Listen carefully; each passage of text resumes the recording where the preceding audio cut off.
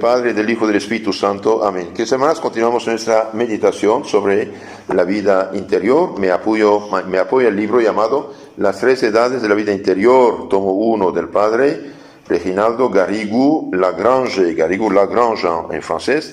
Estamos en el capítulo 4. Hemos visto cómo la Santísima Trinidad está presente en nuestra vida interior. Y bien, dice en nuestro Señor Jesucristo: el que me ama guarda mis mandamientos, y yo, el Padre, vendremos en él, y en él haremos morada. Entonces, es una cosa real. En la medida que guardamos los mandamientos, amamos a Dios más que todas las cosas, y amamos al prójimo por amor a Dios, aunque el prójimo merece a veces una bastonada. En la medida que amamos por amor a Dios al prójimo, y hasta los enemigos, como comanda de Cristo, entonces, realmente, Dios Padre, Hijo y Espíritu Santo vienen en nuestros corazones y hacen morada. Una morada es donde vive, habita, queda, lo que llamamos la habitación trinitaria en nuestras almas. Y bien, vendremos, dice, ¿quién va a venir? Bien, Dios Padre, Hijo, Espíritu Santo, tres personas divinas. ¿Por qué? Porque Dios es uno y trino. Las tres personas divinas son inseparables. Y San Pablo esto lo dice en San Juan 14, 23. Y San Pablo dice: la caridad de Dios se ha derramado en vuestros corazones por el Espíritu Santo que se os ha dado, en Romanos 5:5. Y bien, el Espíritu Santo es el espíritu de amor personal del Padre y del Hijo, y eso también dice toda la tradición de la Iglesia. Lo hemos dicho en las charlas anteriores. Por ejemplo, San Ambrosio, que convirtió a Santo Agustín, enseña que hemos recibido con el bautismo al Espíritu Santo, y aún más en la confirmación. Y el Espíritu Santo es el Espíritu del Hijo y del Padre, del Padre y del Hijo. Y hemos visto también en el Papa León XIII, en su encíclica Divinum Illud, con 2 L, Illud Munus, Divinum con V de Victoria, Illud Munus, sobre el Espíritu Santo, dice: conviene recordar las explicaciones dadas por los doctores de la Iglesia según las enseñanzas de la Sagrada Escritura. Los doctores, los teólogos verdaderos, no hacen otra cosa que tratar de entender, explicar lo que dice la revelación divina, la tradición apostólica. No es que van a inventar de su cosecha doctrinas como hacen los tramposos actualmente, llamado de la teología de liberación o modernistas, ¿no? Entonces, conviene recordar las explicaciones dadas por los doctores de la Iglesia según las enseñanzas de la Sagrada Escritura. Dios está presente en todas las cosas por su poder, los ha creado y tiene poder sobre ellas, es normal, en cuanto que todo le está sometido. Eso también debe darnos confianza. ¿Por qué? Porque todo está bajo el mando de Dios. Si Dios dice basta, es basta. ¿Se acuerdan de cuando Cristo estaba dormido en el barco? Los apóstoles progresivos temblando, y Señor, perecemos. ¿Y qué dice? Cristo se levanta, ¿qué dice? Cállate, silencio, dice el mar. Tranquilo. Hace poco escuché un sermón de un padre que explicaba que en Colombia hubo como iba a tener un tsunami, el mar se retiró para venir y destruir todo. Entonces la gente quedó muy preocupada. Bien, el padre tomó el Santísimo Sacramento, fueron a la orilla del mar y bendijo el mar. Y bien, el mar se había retirado, vino con furia, destruyó todos los pueblos de alrededor, menos este pueblo. Así es. Así es, ¿no? Dios tiene poder sobre todas las criaturas, en cuanto que le está sometido todo. Ustedes saben que cuando los americanos lanzaron la bomba atómica sobre las 2 ciudades católicas, de hecho de Japón, curiosamente sobre las católicas lanzaron la bomba atómica, había unos sacerdotes en un convento rezando su rosario. Y bien, toda la población de todas las 2 ciudades fue quemada, destruida totalmente, porque son miles de grados de calentura, ¿no? Y bien, no pasó nada con los religiosos rezando en su convento Santo Rosario. Entonces eso debe darnos confianza extraordinaria. Y en la medida que nuestra confianza crece en Dios, y bien su protección también crece hacia nosotros. Entonces, no, Dios está presente por su poder en cuanto que todo le está sometido. Todo, absolutamente todo. Ni un pelo cae en nuestra cabeza sin el permiso y conocimiento de Dios. Por eso, cuando el cristianismo empezó, ya en el Antiguo Testamento, con los macabeos, por ejemplo, fueron muy valientes frente a los paganos, pero cuando empezó el cristianismo a difundirse en los pueblos antiguamente paganos, quedaron asombrados de ver muchachitas de 15, 20 años y mujeres, hombres, jovencitos, decir no a un emperador. Mientras que frente a los paganos, cuando eran paganos, temblaban. Frente a cualquier, ¿por qué? Porque esto le daba confianza, fe en Dios, confianza en Dios, y por lo tanto el Espíritu de Dios actuaba sobre ellos para darles fuerza. Entonces Dios está presente en todas las cosas por su poder, es decir, que todo le está sometido. Todo le está sometido. Absolutamente nada pasa sin que Dios lo quiera o lo permita. Es maravilloso esto. También está presente por su presencia, en cuanto que todo está patente a sus ojos. Nada escapa a Dios. Un día vi en el cuaderno de un niño de catecismo que dice: en una noche muy negra, sobre una piedra muy negra, Dios ve una hormiga muy negra. Y es verdad, porque la ha creado, es que creándola. Un niño de unos 7, 8 años dice: mami, por favor, venga, ya aunque quede sola en la oscuridad, ya no tengo miedo, porque yo sé que Papá Dios está presente donde quiera. Y es verdad, es verdad, esto es muy importante. Está presente por su presencia, en cuanto que todo le está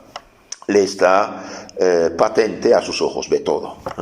Un día un misionero explicó a los paganos que todo, Dios veía todo, sabía todo, y un pobre tipo ignorante, perdido, dice: este tipo de Dios no nos interesa, que vea todas nuestras acciones.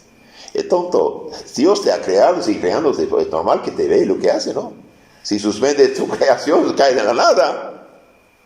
Y eso fue una blasfemia contra el Espíritu Santo. Hoy quieren dioses a su modo, ¿no? Religión a su modo. No funciona. No funciona esto, no vale. Entonces Dios ve todo está patente, abierto a los ojos de Dios, y Dios está presente por su esencia, dije, por acto creador, en cuanto que está íntimamente en todos los seres como causa de su existencia. Dios ha creado, sigue manteniéndoles en la existencia. Si Dios suspende su acción creadora, cae en la nada. Eso también es muy importante. Muy importante. Y hay casos, ¿se acuerdan? En la Biblia hay un rey de los judíos que, imitando a los reyes paganos, quiso ofrecer también incienso, quiso usurpar la función sacerdotal. Tomó el incensario para ofrecer incienso, y el sumo sacerdote dice: no lo haga. Y él no escuchó, de repente quedó leproso por castigo de Dios, y ahí tuvo que dejar el poder y irse a una casa de leprosos, quedar leproso, fue castigado por Dios. Dios es causa de nuestra existencia, Dios está presente por su acto creador, es decir, nos ha creado, sigue creándonos en cada momento. Esto está en el Santo Tomás, primera parte de la Suma Teológica, cuestión 8, artículo 13. Pero Dios no está en el hombre solamente como está en las cosas, es decir, causa de su existencia, lo conoce por su poder, está bajo su poder y lo conoce. Dios está además en cuanto que es conocido y amado por Él, ya que nuestra naturaleza nos lleva a amar, desear, aspirar el bien. Entonces, la segunda pregunta del catecismo, ¿cuál es? ¿Para qué Dios nos ha creado? Para conocerle, amarle y servir en esta vida, y después verle y gozarle en la otra. Entonces, el conocimiento verdadero de Dios es muy importante. Es muy importante. Ayer estaba escuchando una emisión histórica del profesor Alberto Bárcena, español, y bien decía que los pueblos, diferentes pueblos de México, por ejemplo, estaban hartos de la tiranía de un pueblo dominador llamado los aztecas, ¿Por qué? Porque este pueblo dominador reclamaba cada año unos 15,000 hombres, mujeres, para sacrificarlos a sus dioses. Es gravísimo esto. Y esto no lo dicen las escuelas, no lo dicen la historia, no lo dicen, etcétera. Y las muchachitas más bonitas, bellas, la ponían en pozos para que supuestamente hubiera lluvia, lo echaban allí para matarlas. Que quiere regresar a la antigua cultura, que vamos a ver quién va a estar lista para dejarse sacrificar y después comer su carne, ¿no? Esto no venía de Dios. ¿Por qué? ¿Por qué hacen esto? Porque no conocían al Dios verdadero. Ahora el demonio se hace pasar por Dios y actualmente por el Espíritu, dice que es santo. Espíritu sí, pero no es santo, y hace tantas fechorías sobre la sensibilidad de la gente. Entonces, en el hombre, además de ser presente por su acto creador, por su esencia, por su poder, por su conocimiento, el hombre está conocido y amado, ya que nuestra naturaleza nos lleva a amar, desear y aspirar el bien. Y Dios es el bien supremo, fuente de todo bien. Todo hombre desea la felicidad. Incluso el pecador, ¿qué desea cuando peca? Bien, desea la felicidad, pero la busca donde no está, usando más criaturas. De ahí viene el pecado. De ahí ese lazo que tan estrechamente une el alma con Dios, más de lo que un amigo puede estarlo con su mejor amigo, y le permite gozar de él con una gran dulzura.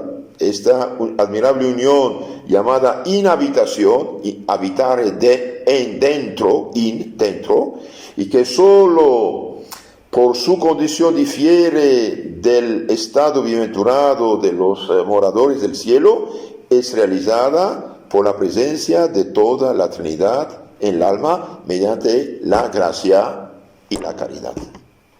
Cuando uno está en la gracia, bautizado, que no peca gravemente, y bien Dios Padre, Hijo y Espíritu Santo realmente vive en su alma. Como la lámpara recibe el flujo eléctrico. Qué maravilla, ¿no? Entonces nuestro cuerpo no debemos profanarlo con el pecado, con la fechoría, etcétera. Debemos travestirnos. Dios está presente en el alma del justo que vive en gracia de Dios. Ahora, un bautizado en pecado mortal, ¿Dios está presente en su alma como amigo, como padre, como esposo? No. El pecado expulsa en cierto modo a Dios, y Dios se retira. Queda como creador, sí, pero no, es el demonio que entra en el alma. Y un cristiano bautizado, que pecó gravemente y que se confiesa, se arrepiente, dice todos sus pecados, ¿regresa a Dios? Sí, porque la absolución borra el pecado, limpia el alma, expulsa el demonio, abre la puerta del cielo, cierra del infierno y nos da otra vez la gracia, como la luz que viene a la lámpara, la gracia, la caridad, y activa de una manera viviente nuestra fe y esperanza, nos da la caridad, nos da prudencia, justicia, fortaleza, templanza, y nos da los 7 dones del Espíritu Santo. Es toda una resurrección. Es una resurrección. Por esta razón, de hecho, Cristo, el día de la resurrección, triunfante, vencedor de la muerte, del pecado, del demonio, dio el poder de perdonar los pecados, para resucitar las almas y hacerlos otra vez hijas de Dios. Entonces Cristo dice, en el alma que está en gracia de Dios, vendremos a Él y en Él haremos nuestra morada. San Juan 14:23. Sin embargo, se atribuye de un modo especial al Espíritu Santo esta presencia divina. ¿Por qué? Porque manera de hablar nuestra, a Dios Padre se atribuye ¿qué? La creación, al Hijo la redención y al Espíritu Santo la santificación. Pero Dios Padre, Hijo, Espíritu Santo son inseparables. Donde quiera que sea una persona divina, están necesariamente las dos otras presentes. Aunque decimos somos templo del Espíritu Santo, pues sí, pero el Espíritu Santo es el amor personal del Padre y del Hijo. Están presentes. Vendremos en Él y en Él haremos nuestra morada. En efecto, aún en un hombre perverso existen algunas huellas del poder y de la sabiduría divina, pero solo el justo participa del amor, que es la característica del Espíritu Santo. Solo el justo tiene la caridad, por lo tanto es morada del Espíritu Santo. Por eso el apóstol, al decir que los justos son templos de Dios, no los llama expresamente templos del Padre y del Hijo, sino templos del Espíritu Santo. Pero el Espíritu Santo es inseparable del Padre y del Hijo, como dije. ¿No sabéis que vuestros cuerpos, miembros, son templos del Espíritu Santo, que está en vosotros y habéis recibido de Dios? 1 Corintios 6, 19. Entonces, el que es templo del Espíritu Santo no tiene derecho de transformar su cuerpo, su alma, su corazón en un basurero. Y cuando uno peca venialmente, ¿cómo? Es sucio, pero todavía vive, ¿sí? Como joven en Muladar. Pero cuando uno peca mortalmente, realmente es un basurero frente a Dios. Si nuestros ojos, dicen los santos, vieran un alma en gracia de Dios, se pondría de rodillas para adorarla, tan bella. Y si nuestros ojos vieran un alma en pecado mortal, bien haríamos paro cardíaco. San Antonio María Clara dice: un alma en pecado, un demonio en deformidad son iguales. Horrible, es horrible. Entonces, ¿no sabéis que vuestros miembros son templo del Espíritu Santo que está en vosotros, que habéis recibido de Dios? 1 Corintios 6, 19. Por desgracia, hoy se fomenta el pecado más bien. Y como la gente está impulsada a no creer y piensa que sus pequeñas ideas son ya la realidad, viene ese gran peligro. ¿Por qué? Porque para salvarse hace falta creer y hacer lo que Dios manda, tomar camino del cielo. Y para ir al infierno no es necesario creer. ¿Qué dijo Cristo? El que no cree será condenado. Pobre gente. Al menos en tiempo cristiano, cuando había mentalidad cristiana, expresión cristiana, aunque la gente pecaba, es verdad, pecaba, pero al menos sabían que estaban mal. Y sabían dónde está la fuente de purificación, que es el perdón, arrepentimiento y la confesión. De hecho, hay textos masónicos que Monseñor de Segur, en su libro llamado La Revolución, dice: los masones dicen, hagan corazones viciosos y dejará de haber católicos. ¿Qué es lo que impulsa al hombre a ser ateo? Porque no quiere saber que hay alguien que va a juzgarlo sobre sus actos, ¿no?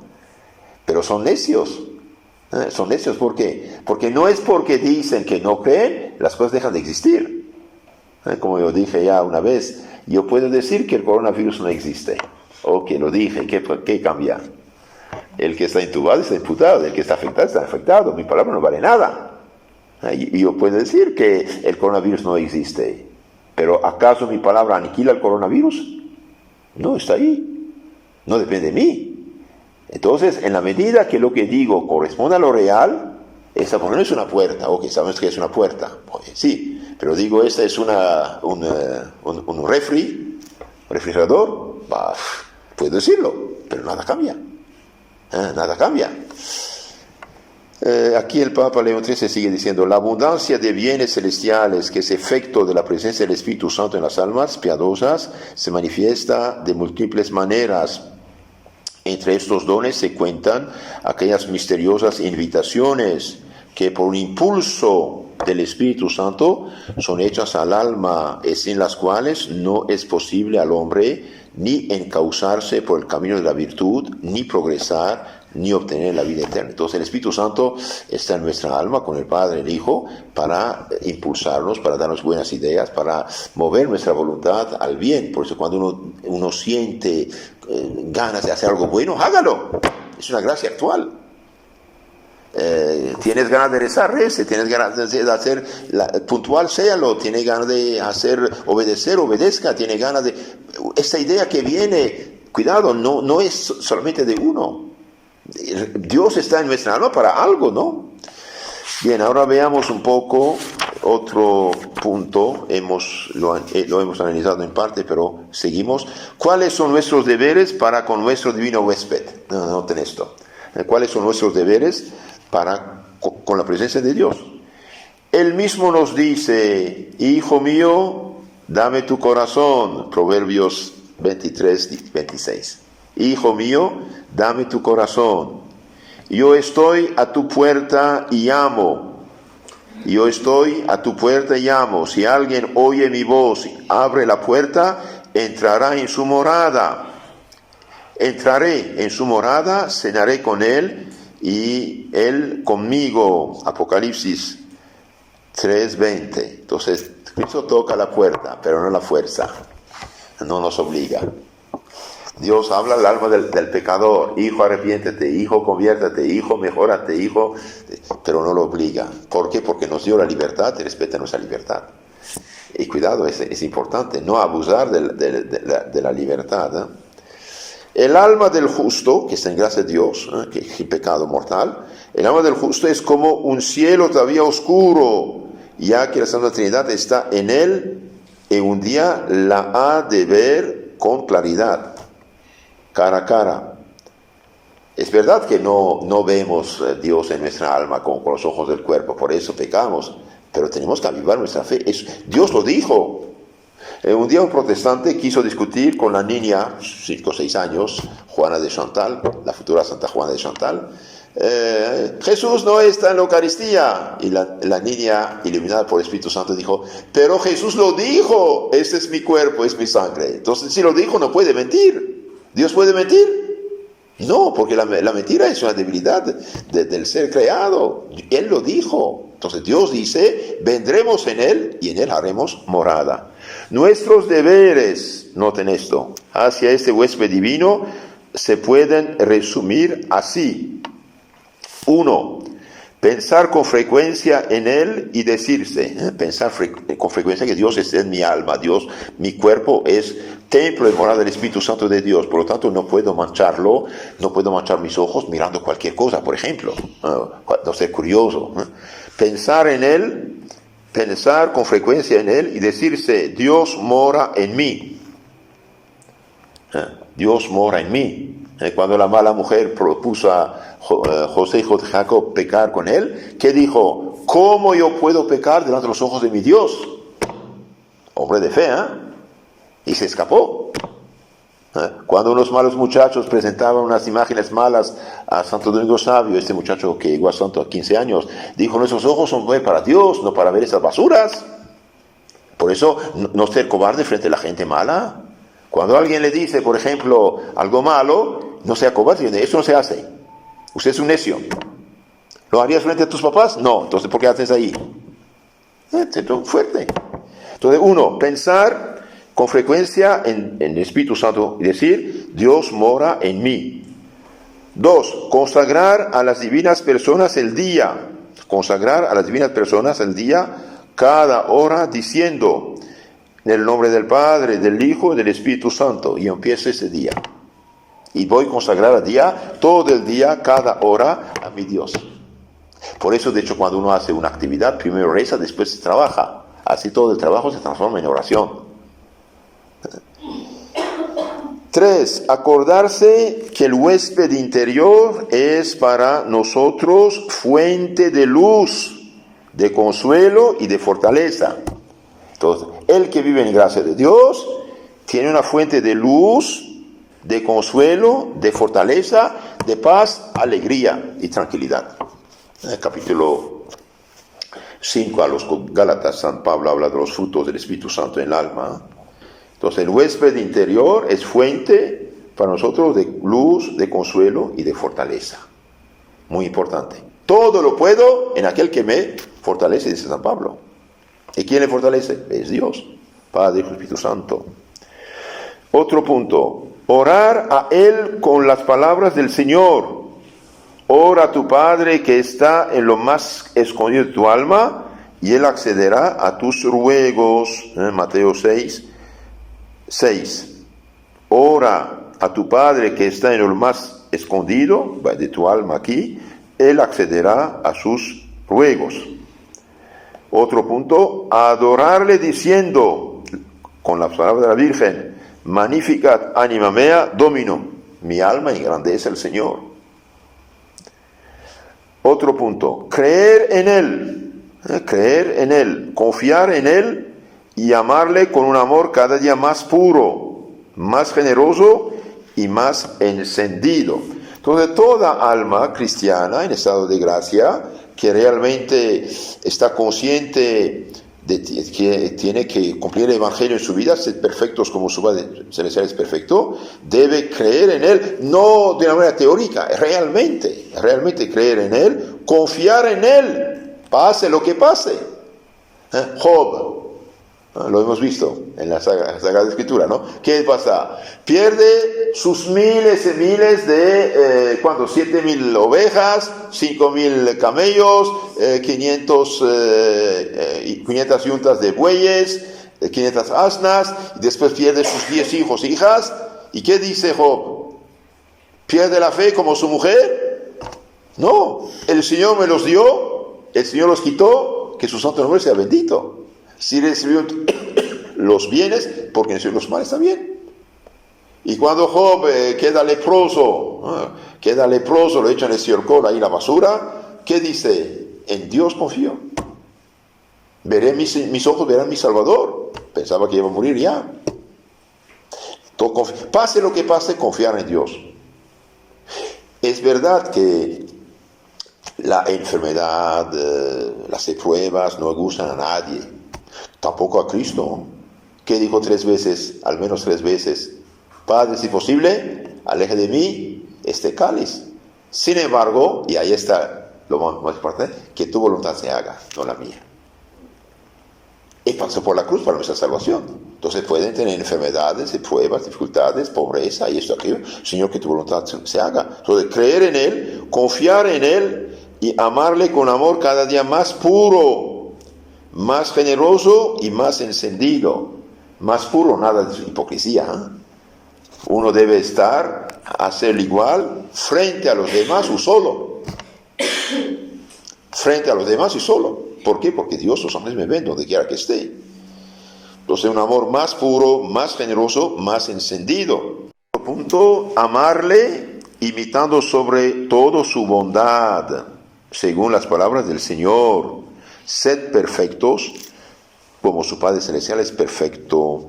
San Mateo 5:48. Sed perfectos, como su Padre Celestial es perfecto. Entonces, amarle imitando sobre todo su bondad. Dios es bondadoso, hace llover su lluvia sobre pecadores y justos. Da alimento incluso a los mismos pecadores. Sí, Dios es justo.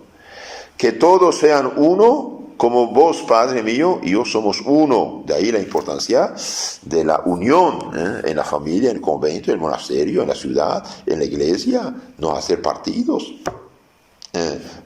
Que todos sean uno, como Padre y ustedes somos uno. San Juan 17:21. Todas estas cosas inclinan a pensar, y cada vez lo veremos más claramente, que la vida mística, es decir, la vida de unión del alma con Dios, verdadera, caracterizada por la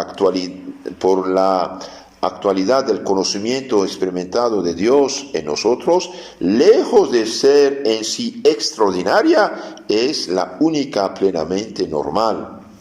Entonces, en lo concreto, todo bautizado está llamado a la santidad, y todo bautizado en estado de gracia es santo, es decir, está cerca de Dios y en gracia, pero tenemos que llegar más, dejarnos gobernar por los dones del Espíritu Santo, ver las cosas con los ojos de Dios. Y hay gente realmente muy pobre en sentido humano, muy ignorante en las ciencias humanas, realmente es una santidad extraordinaria. Y hay teólogos hinchados de orgullo, son vacíos, es una cosa como un motor vacío, ¿no? Sí. Entonces la vida mística, la vida de unión del alma con Dios no es tan extraordinaria, es lo más normal de la vida cristiana. Solos los santos que sin excepción la viven, están plenamente en el orden donde deben estar. Noten esto. Solo los santos que sin excepción la viven, esta vida de unión con Dios, en todo lo que dijimos, están plenamente en el orden donde deben estar. Un cristiano en pecado mortal no está en una situación normal. Un cristiano en tibieza, languidece, es como una persona cubierta de gusanos, de enfermedades, de heridas. Vive todavía, pero está muy débil.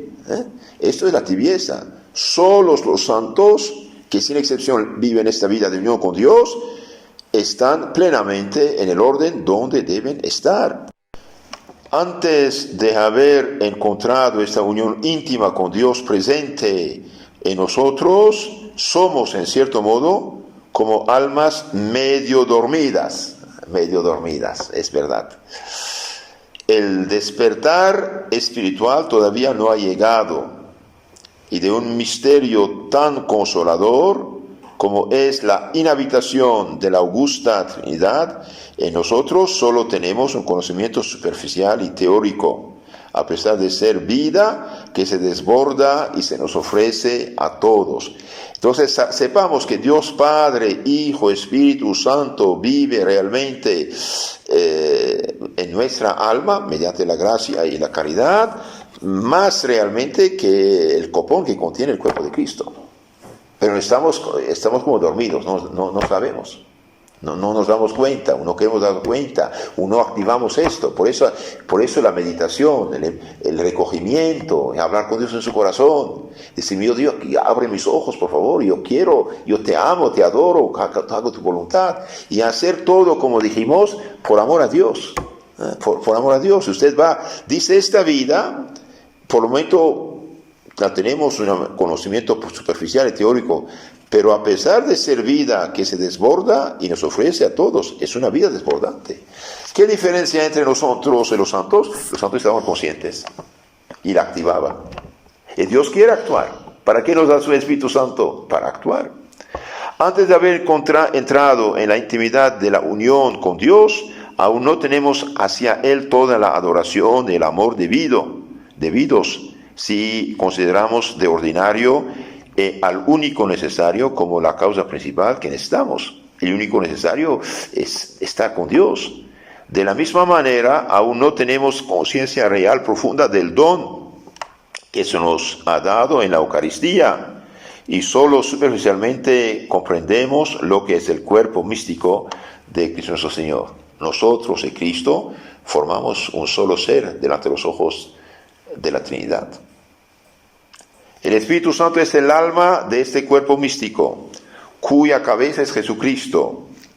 Como en nuestro cuerpo el alma está toda, en el cuerpo el alma está toda, en todo Él y en cada una de sus partes, y ejerce sus funciones superiores en la cabeza, así el Espíritu Santo está entero en todo el cuerpo místico, que es la Iglesia, los cristianos en estado de gracia, todo entero en cada uno de los justos, y ejerce sus funciones más elevadas en el alma santa del Salvador y por ella en nosotros. Entonces, como el alma anima el cuerpo, así el Espíritu Santo de Cristo anima todas las almas cristianas en estado de gracia y la unifica.